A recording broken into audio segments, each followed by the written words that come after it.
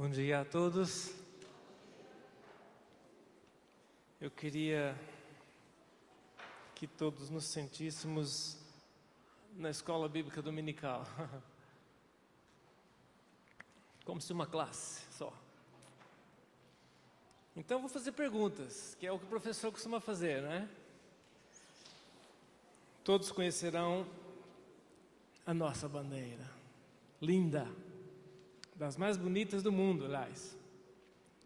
Nós a amamos, ela nos representa, ela nos une, ela nos enche de orgulho.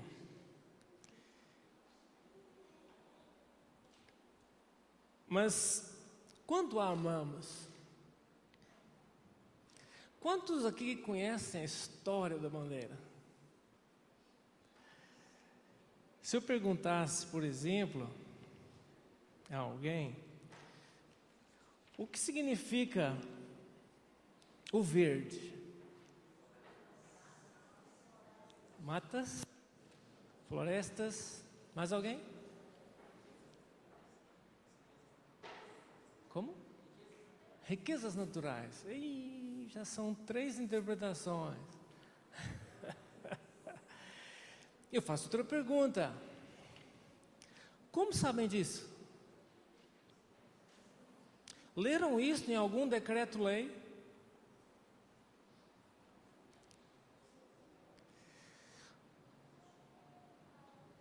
Em que ano foi decretada esta bandeira? Sabem? Bandeira da República. 1989, certo? 889. Muito bem. 15 de novembro foi a proclamação da República. O decreto foi assinado em 19 de novembro, assinado por Marechal Deodoro da Fonseca.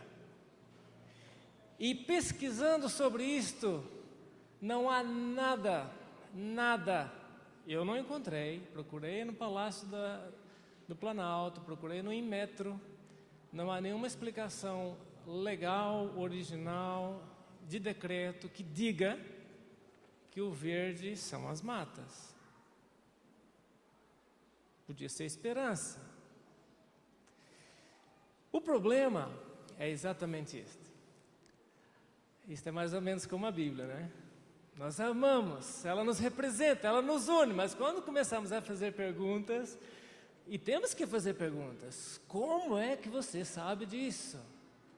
Os irmãos sabiam que esta bandeira é inspirada na bandeira da monarquia, do império, que tinha também esse retângulo e tinha o losango em amarelo.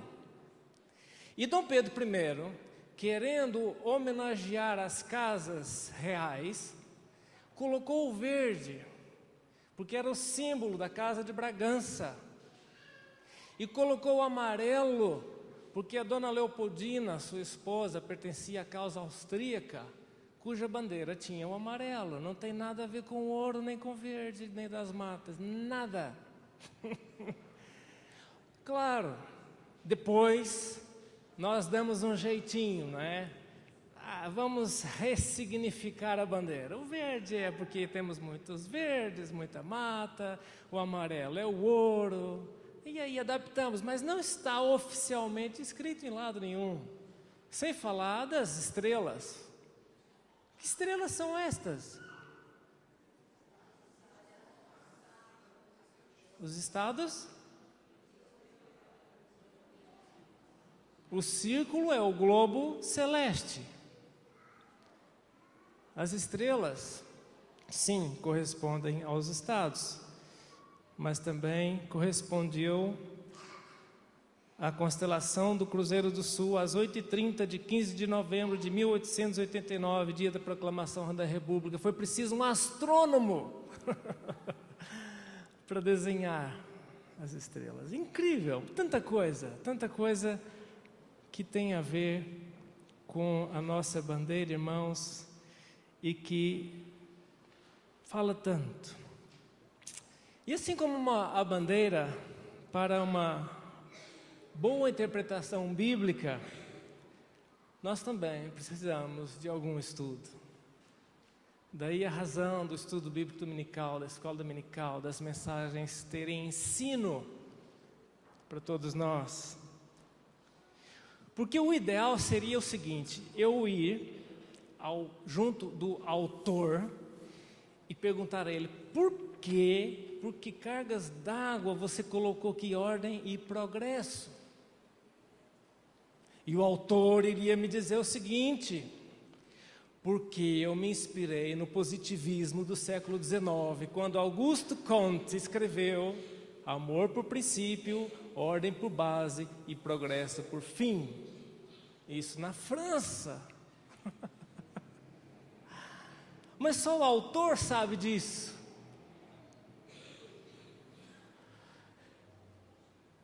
Então, quando nós estudamos e devemos estudar a palavra de Deus, o alvo nosso deve ser determinar o mais próximo possível o que Deus queria dizer em determinada passagem, e não o que ela significa para mim, em primeira instância, em primeiro lugar. Os irmãos entenderam isso? Eu vou repetir. Quando vamos estudar o texto bíblico, e esta é uma das razões da escola bíblica dominical, o mais importante, o primeiro passo é saber o que o autor pensou, o que o autor pensava, o que ele quis dizer com determinada passagem, e não o que propriamente a passagem significa para mim. Porque para uns é mata, para outros é esperança, para outros é a casa real. E ficaríamos aqui sem saber objetivamente o significado e a interpretação correta das coisas. Então a direção do texto bíblico, irmãos, é sempre do texto para nós, é partirmos do texto bíblico para nós, e não levarmos para o texto bíblico a nossa interpretação prévia. A teologia chama isso de exegese, é tirar, sair de. Gese, conduzir, a condução é saindo do texto para fora, é o que o texto está dizendo, o que significa naquele texto. Porque caso contrário, irmãos, pensem bem, se aceitarmos o ponto de vista de que o sentido de um texto bíblico é o que significa para mim, então a palavra de Deus pode ter tantos significados quantos forem os leitores. Cada um vai ter um significado, isso é uma bagunça. Meu Deus, isso é uma confusão.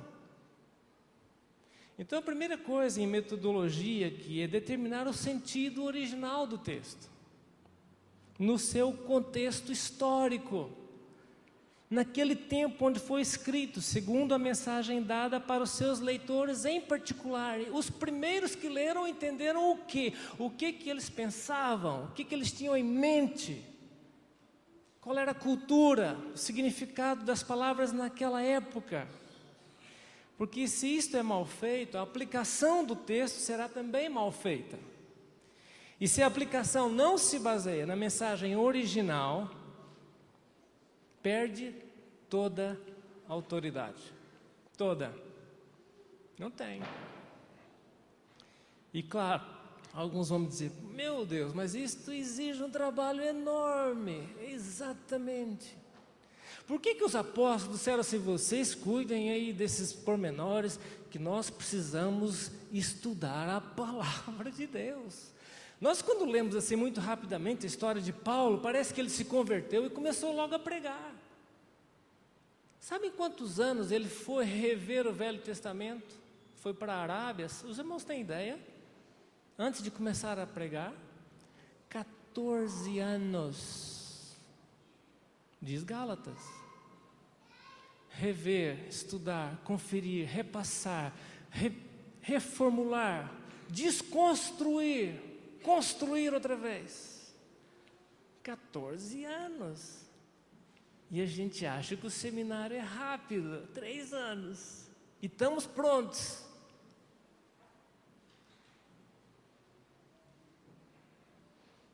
Irmãos, aproveitar que o pastor Aldimar não está aqui, ajudem a ele a ter tempo para estudar. Não sobrecarreguem-no com coisas menores. Ele precisa de estudar. Nós precisamos de estudar. Conheço pastores, graças a Deus não é o pastor Odmar, nenhum daqui, que dizem assim: não, antes de pregar, 1 hora antes eu fico de joelhos e oro e Deus me orienta. Mentira! Vai falar o quê? Ah, o Espírito me enche. Enche de quê? Se não encheu da palavra, vai acontecer o quê? A boca vai falar o que o coração está cheio. Se o coração está vazio, vai falar o quê? Vai inventar. Infelizmente, é isso que acontece na maioria das igrejas chamadas evangélicas no Brasil hoje. Porque são incoerências atrás de incoerências, porque não há estudo, porque não há dedicação, porque isso é difícil. Não é fácil aprender grego. E eu não estou dizendo que todo mundo tem que aprender grego. Não, claro que não. Mas a gente tem que ler, às vezes, outros livros que nos auxiliam. Mas o estudo é imprescindível. Por quê? Porque nós temos um abismo de tempo entre aquilo que o autor escreveu e nós que estamos aqui hoje. Há muito tempo passado, há muita cultura alterada. Vou dar um exemplo simples. Ou alguns. Se nós lemos o texto bíblico e entendemos, por exemplo, que a palavra igreja, partindo de nós, tá? Da nossa mentalidade comum, do imaginário comum do brasileiro, quando a gente fala a palavra igreja, ele tem que a igreja é um edifício onde se realiza cultos. E se interpretamos assim, partimos de nós para o texto, nós vamos torcer tudo o que o apóstolo Paulo disse a respeito de igreja, porque ele não tinha nada disso em mente, nada. Igreja para eles eram as pessoas, e são as pessoas, não tem nada a ver com construção. Os irmãos estão entendendo o problema aqui de interpretação? Quando nós levamos para o texto aquilo que já pensamos previamente e não extraímos do texto aquilo que era a sua ideia original. Ou, por exemplo, da literatura ou do gênero literário, que tem as suas próprias regras. Eu não posso interpretar uma poesia como interpreto uma narrativa histórica. É óbvio. No entanto, e a Bíblia tem gêneros diferentes, tem história, genealogia, tem crônicas, tem poesias, tem leis, tem provérbios, tem profecia, tem parábolas, tem cartas, tem sermões. Mas provérbios, por exemplo, que deve ser interpretado como sabedoria, inclusive popular, era o que o povo dizia, e foi recolhido. Mas não deve ser interpretado como promessas divinas, porque são provérbios, não promessas. Isto faz muita diferença.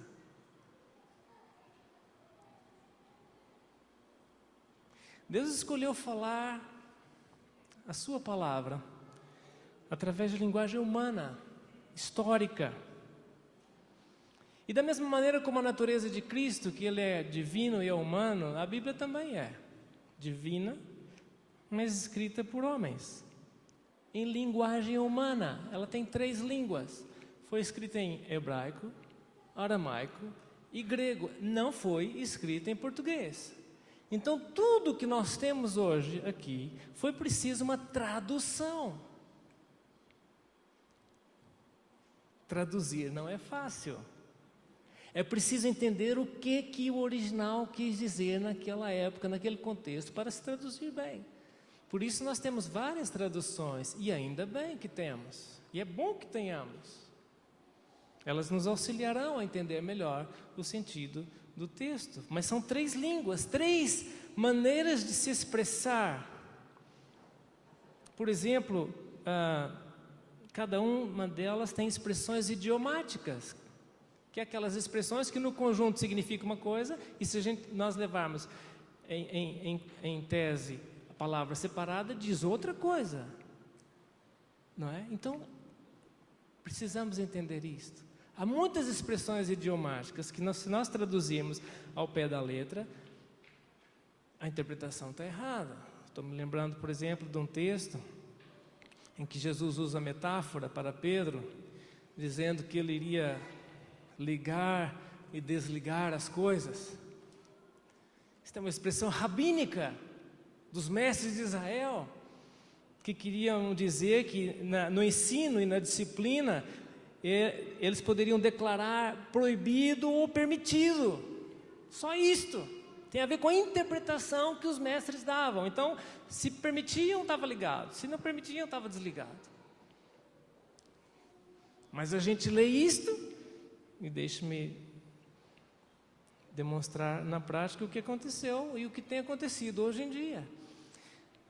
Um homem chamado Paul Yang-cho, da Coreia do Sul, escreveu um livro na década de 70 ou 80 chamado A Quarta Dimensão.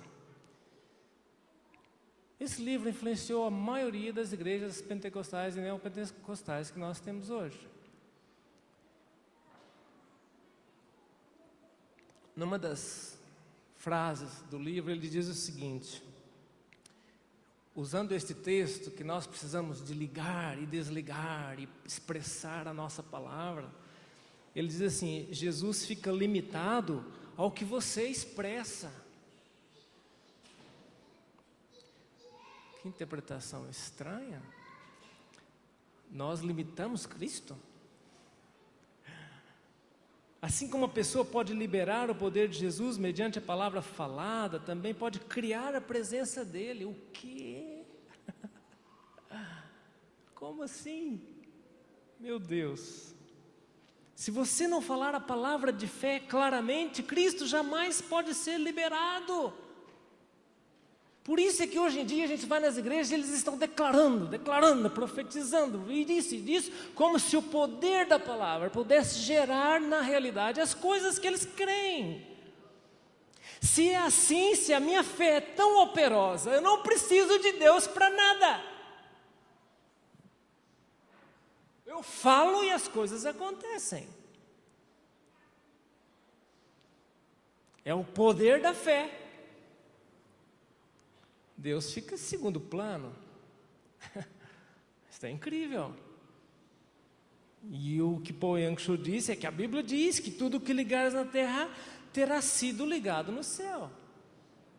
O próprio texto diz, em voz passiva, que o que nós ligarmos, ou aquilo que nós entendermos e interpretarmos, terá sido antes ligado no céu. A voz passiva diz que nós não ativamos nada. Deus é que já teve isto no céu feito antes. Ou seja, nós interpretamos aquilo que Deus declarou a todos nós através do Evangelho.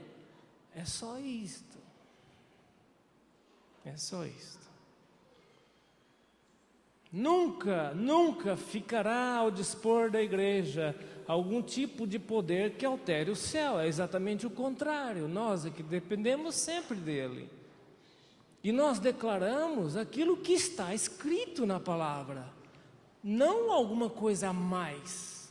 Da mesma maneira como é proibido por lei alterar as cores da bandeira ou acrescentar alguma cor a ela, também não é permitido a nós acrescentarmos ou retirarmos da palavra de Deus coisa alguma.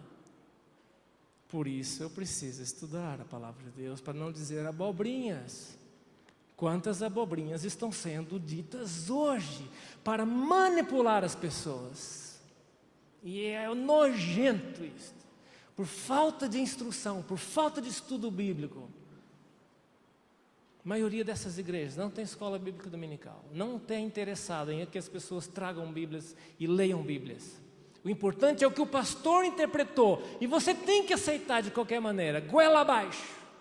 Irmãos, isso não é racional, isso não é consciente, isso não é assim. Não pode ser assim.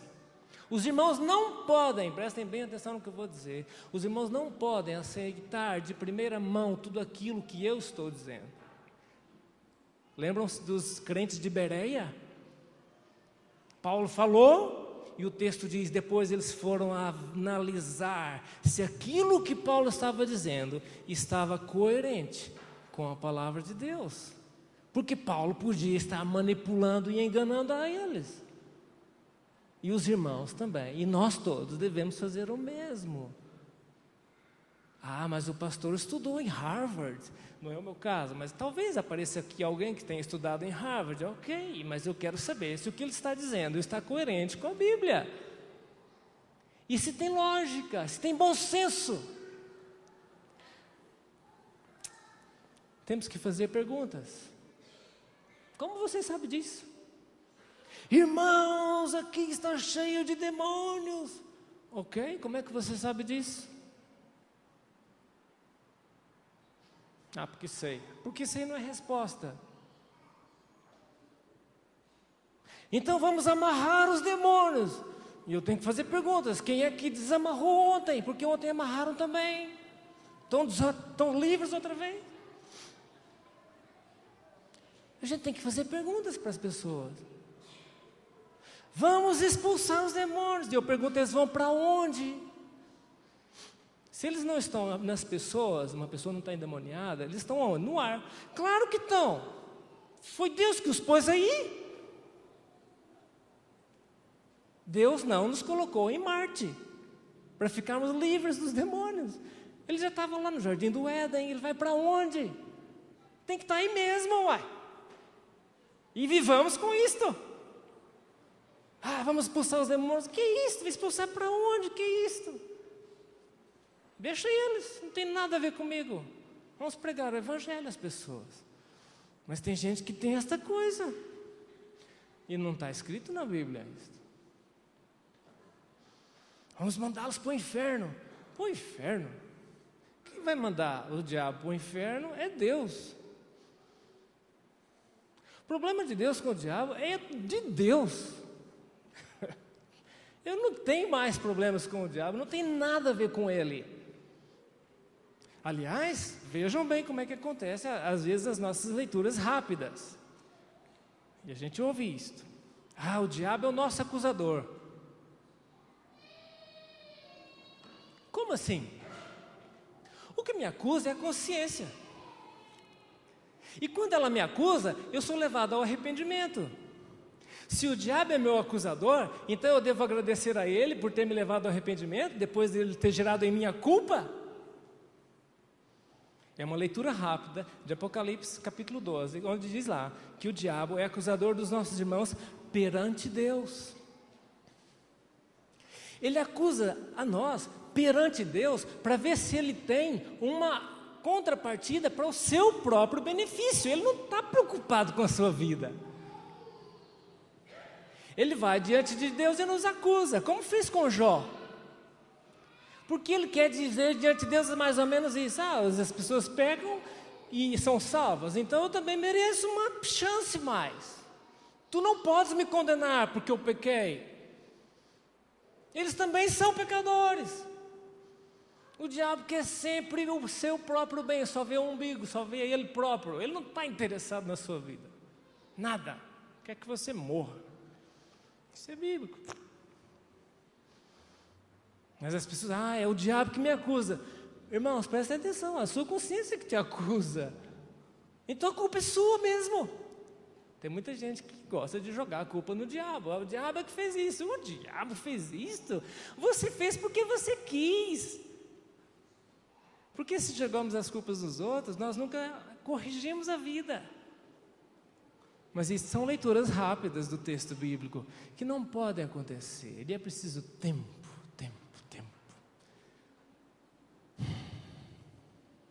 Tinha muita coisa para falar ainda, mas irmãos,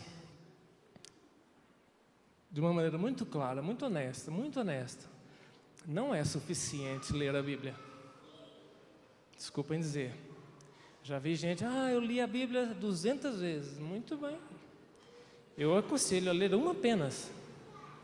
Mas ler bem. Estude um livro apenas na vida. Estudar profundamente. Leia toda a Bíblia, mas escolha um livro. Você não vai ter tempo suficiente na vida de ler e aprofundar os 66. É impossível, humanamente impossível. Não dá. Aprofunde em um livro. Você vai passar 20 anos estudando um livro só profundamente. Através dele vai conhecer toda a Bíblia, porque ela remete para vários textos. Então, ler somente não é suficiente. Nós não temos essa capacidade. Vamos interpretar mal. Temos que estudar.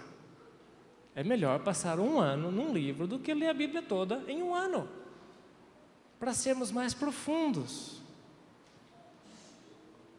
E este é o objeto principal do estudo bíblico dominical. A Bíblia foi escrita num período de mais ou menos 1500 anos, por mais de 40 pessoas. Muitas delas não se conheceram, de variadas profissões, camponeses, reis, pescadores, poetas, estudiosos, escritas em lugares diferentes, no deserto, numa prisão, num palácio, numa colina, num templo, em circunstâncias diferentes, na guerra, na paz, no luto, numas festas, na tristeza, em 3 continentes diferentes, asiático, na África e na Europa, em 3 línguas, com dezenas de temas controversos e em plena harmonia e concordância, e não eram escritores passivos, como se Deus estivesse apenas ditando e eles estivessem escrevendo no computador. Não. Eles deixaram marcas, características pessoais, sem obscurecer a mensagem de Deus. Comparando a Bíblia com outros livros tidos como religiosos, ela é única em profecias a respeito de povos e nações como Egito, Babilônia, povo persa, Assíria, gregos, romanos, judeus. Única em profecias, e principalmente a respeito de Cristo. O islamismo é incapaz de indicar qualquer profecia acerca da vinda de Maomé, que tenha sido pronunciada centenas de anos antes do seu nascimento. De igual modo, os fundadores de qualquer seita são incapazes de identificar com precisão qualquer texto antigo que especificamente tivesse previsto o surgimento deles. Irmãos, a palavra de Deus é revelação de Deus, é palavra de Deus mesmo, e ela tem que ser estudada, e ela é estudada, é o livro mais estudado no mundo, até por aqueles que são contrários a ela, para ver se encontram nela alguma coisa que a desmorone, e não conseguiram até hoje, e não vão conseguir se ela é palavra de Deus. Quanto estudamos a palavra, quanto amamos a palavra de Deus? Será só superficial? E eu queria ler um texto, os irmãos bastam que ouçam, porque é dramático, é triste, mas é bastante real. E é o Paulo dizendo a Timóteo que ele deveria falar da palavra de Deus. E por quê? Ele diz: insta, aperta, convida, insiste, pede, persiste, solicita, suplica, urge, quer seja oportuno ou não, corrige, repreenda, exorta com longanimidade e ensinamento da palavra, pois haverá tempo, e eu acho que nós chegamos nesse tempo, em que não suportarão a sã doutrina. Pelo contrário, cercar-se-ão de mestres segundo as suas próprias cobiças. Eu quero aquele porque ele fala o que eu quero ouvir. Ele fala aquilo que a minha ganância está pedindo. E se recusarão a dar ouvidos à verdade, entregando-se a fábulas, a mentiras. Esta é a realidade nossa. Por isso resta-nos, irmãos, uma coisa simples: abraçar a palavra de Deus como, ou muito mais ainda, como abraçamos a nossa bandeira. Conhecer mais do texto bíblico do que conhecer a história da nossa bandeira, que é bonita também, vale a pena. Mas temos muito que aprender, temos muito que dedicar, temos muito que nos entregar ao ensino dela, porque ela é a verdade de Deus para nós. Vamos abaixar as nossas cabeças e vamos orar.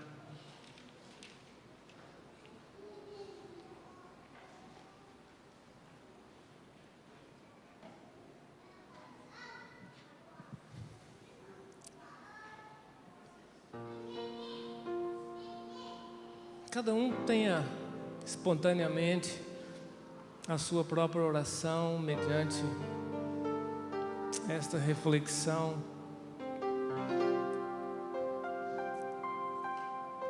Lâmpada para os meus pés é a tua palavra e luz para os meus caminhos, diz o salmista. Guarda a tua palavra no meu coração para não pecar contra ti, diz o salmista. Jesus dizendo: vocês cuidais ter nas escrituras a vida eterna, mas são elas que testificam de mim. A palavra de Deus, a Bíblia, aponta para Cristo. Ele é o centro, a pessoa central. Ele é o Logos de Deus, e o Logos se fez carne e habitou entre nós, cheio de graça e de verdade. Ele é a palavra de Deus encarnada. Mas só conhecemos a Jesus mediante a palavra, mediante o texto bíblico. Então a Bíblia deve ser o nosso tesouro, a nossa luz, é palavra de Deus. Pai bendito, cria em nós uma boa consciência do quanto carecemos da Tua verdade, da Tua palavra, da maneira mais simples, direta possível.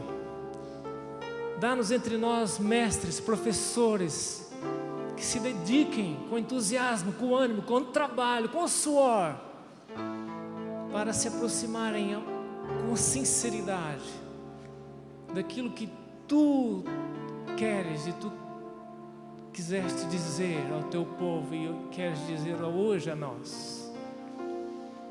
Dá-nos inteligência, sabedoria, boa cabeça,